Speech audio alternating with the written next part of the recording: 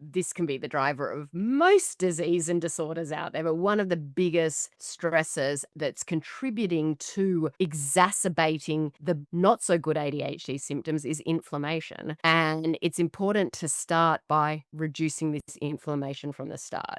Chronic inflammation has become just so prevalent over the years, and it's just linked to so many diseases and disorders. And inflammation is essential in our body for like wound healing, but chronic infection itself can wreak havoc on the whole body, on all the healthy tissues. And so I really like to focus on how can we reduce that chronic inflammation by making lifestyle changes. And one of those is diet. And so where can we reduce inflammation as much as possible? I think with food, I always sort of say there are a couple of like foods that are really not so good for inflammation. I will say the way that wheat is processed in the US is highly inflammatory, unfortunately. And so gluten is one of those top foods that is contributing to that inflammation. It's driving that inflammation in the body. We've got dairy. Conventional dairy, unfortunately, is also driving inflammation in the body. There's some studies that show that kids that are sensitive to gluten, about 50% of them are also sensitive to dairy. And so if you're just looking at a whole category, I'd say gluten and dairy. And then we've got these things like artificial flavors and colors. There are so many artificial flavors and preservatives that are in our packaged foods these days. I know that there's probably parents out there listening going, oh my gosh, how am I going to take those foods out of my child's diet? All I say to the families is Rome wasn't built in a day.